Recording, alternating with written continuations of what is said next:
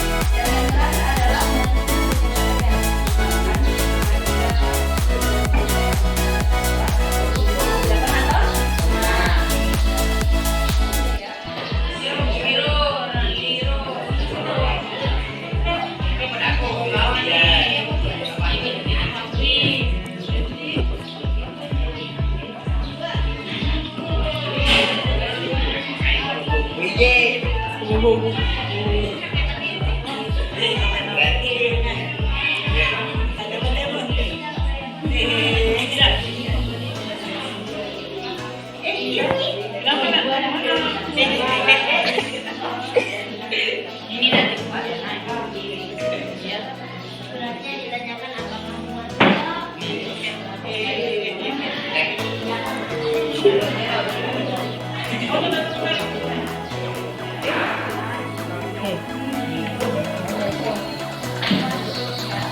pertemuan berikutnya belajar apa?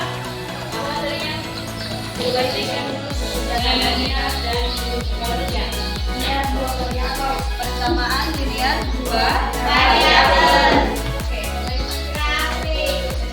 Grafik. Yang kedua, substitusi. Substitusi. Ketiga, dinamik. Terakhir yang kita pelajari hari ini adalah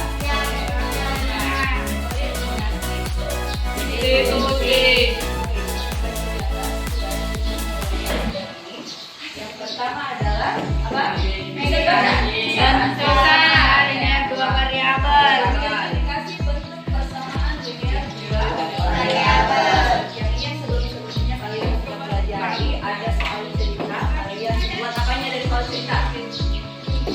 Apa yang dibuat dari soal cerita? Model. Oke, model matematika atau bentuk matematikanya. Yang kedua, mendefinisikan persamaan linear dua variabel. Apa ciri-cirinya persamaan linear dua?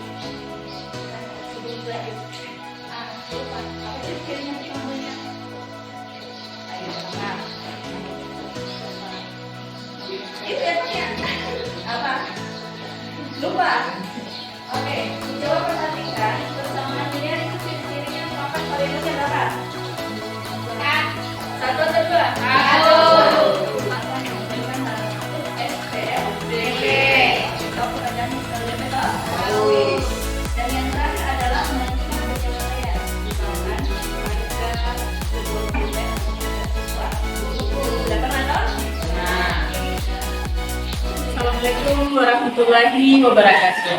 Saya akan melakukan supervisi pasca observasi bersama rekan saya, Ibu Aisyah, guru matematika yang ada di sekolah kami, dan bersama dengan pengajar praktik saya, Bapak Guru Santosa. Terima kasih Pak atas waktunya. Assalamualaikum Bu Aisyah. Waalaikumsalam Ibu. Ya, kemarin kita telah melakukan dan saya telah masuk di kelasnya Ibu Aisyah, melihat cara mengajar. Bukan berarti saya lebih dari Ibu, tapi kita sama-sama sharing ya terkait metode dan model pembelajaran, bagaimana kita bisa kembangkan dengan lebih baik lagi. Ya, menurut Ibu ya, tujuan pembelajaran yang telah Ibu susun apakah sudah tercapai? Seperti yang Ibu lihat sendiri berdasarkan hasil observasi kemarin ya Ibu. Iya. Kalau menurut saya, alhamdulillah tujuan pembelajarannya sudah tercapai. Seperti yang saya sampaikan di awal bahwa tujuan pembelajaran yang ingin dari hari itu ya itu adalah menyelesaikan masalah kontekstual sistem persamaan linear dua variabel menggunakan metode eliminasi dan substitusi. Alhamdulillah berdasarkan proses pembelajaran yang saya lakukan itu sudah terlaksana walaupun tidak 100% terlaksana dengan baik karena mungkin beberapa siswa atau murid masih belum terlalu paham, tapi paling tidak sekitar 85% itu sudah. Berarti sudah 85% anak-anak sudah paham ya, jadi daya serapnya sudah bagus ya. Wah, sudah bagus tuh kalau karena sudah melebihi dari setengahnya ya. Kemudian dalam pembelajaran yang kemarin yang Ibu lakukan, apakah menemui kendala? Kendala selama proses pembelajaran, kembali dulu ke model pembelajaran yang saya gunakan ya Ibu. Kemarin kan saya menggunakan model pembelajaran yang berbasis masalah, di mana memanfaatkan tutor sebaya sebagai strategi pembelajaran dalam pelaksanaan pembelajaran saya. Kendalanya itu ada beberapa siswa yang saya lihat kurang aktif, mungkin karena memang tidak tertarik di awal belajar matematika atau karena memang kemampuan dasar matematikanya masih kurang. Nah di situ saya melihat ini anak-anak kok tidak termotivasi belajar matematika. Nah di situ saya berpikir bagaimana supaya beberapa siswa ini 1, 2, 3 orang mungkin masih cenderung pasif di kelas, tapi karena saya memanfaatkan tutor sebaya, mencoba untuk mengajak teman-teman yang bisa untuk sharing ke temannya yang dianggap masih kurang mampu. Karena begini, kebanyakan beberapa siswa itu lebih nyaman bertanya ke temannya ketimbang ke dirinya sendiri. Makanya saya arahkan untuk belajar bersama dulu, panggil temannya yang kurang aktif hingga mereka sudah terlihat lebih aktif walaupun tidak 100% aktif. Kendalanya di situ, mungkin saya mesti lebih berpikir bagaimana membuat siswa menjadi tertarik, nyaman, dan aktif di dalam proses pembelajaran. Jadi sebelum mereka melakukan pembelajaran dikondisikan ke anak-anak dulu ya. Ya. Rasa tertariknya dulu ya yang mesti Ya. di Sepertinya jadi PR besar buat saya, bagaimana cara saya untuk menarik siswa untuk masuk dulu belajar matematika, bukan paham dulu tapi tertarik dulu masuk belajar. Walaupun sih tidak semuanya Bu, hanya 2-3 orang, tapi saya pikir akan mempengaruhi yang lain Kalau beberapa orang siswa ini dibiarkan saja kasus. ya. Jadi tutor sebaya itu metode yang cocok mungkin digunakan Ibu ya. Kalau saya perhatikan di beberapa pertemuan itu, alhamdulillah cukup efektif karena dengan adanya temannya, mungkin karena mereka nyaman sama temannya, jadi lebih banyak bertanya. Seperti misalkan 2 kali 3 yang harusnya anak SD misalkan sudah paham, mereka malu bertanya ke saya, akhirnya bertanya ke temannya. Lama-lama paham sedikit, insya Allah kedepannya semoga bisa lebih paham banyak. Jadi mereka agak sungkan bertanya ke guru, jadi lebih baik bertanya ke temannya dulu. Makanya Ibu pakai tutor sebaya. Ya. Ya jadi tutor sebaya Bu ya. Kira-kira ada tidak metode lain selain tutor sebaya itu untuk meningkatkan minat belajar anak-anak?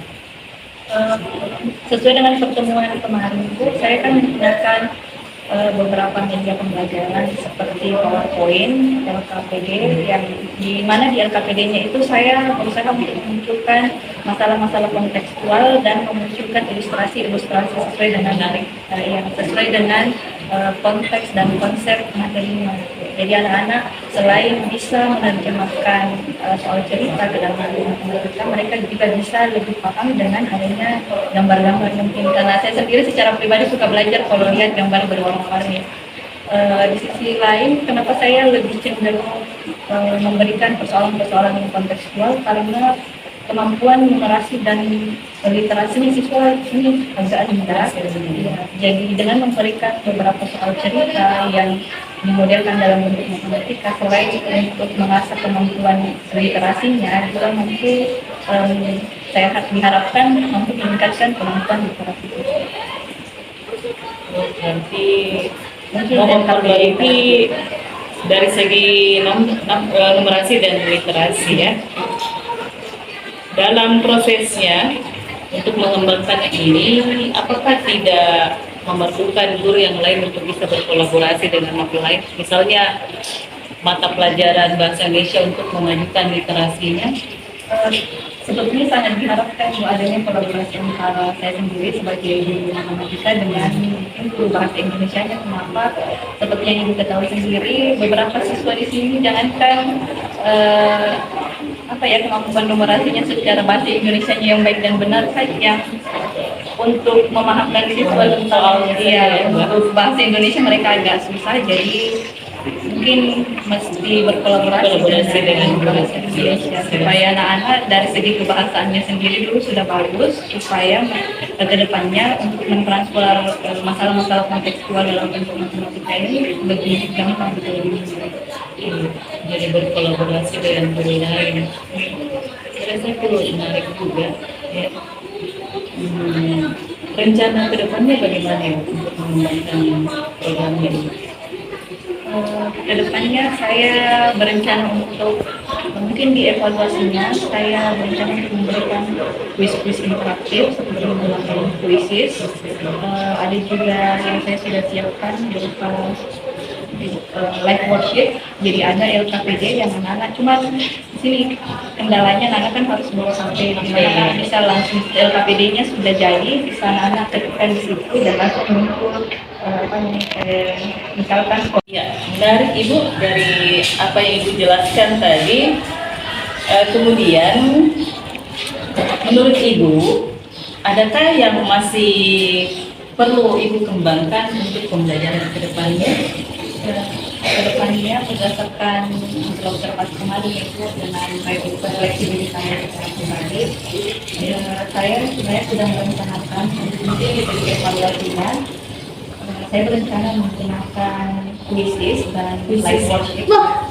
Saya mencoba membuat ilustrasi di mana anak-anak bisa mengerjakan lomba kerjanya secara interaktif, namun ini kendalanya harus menggunakan Android. Jadi mungkin bisa izin dulu supaya anak bisa izinkan untuk membawa Android, karena saya pikir ini menarik anak-anak kalau mereka bisa menggabungkan beberapa media pembelajaran misalkan digital dan semuanya ada ya.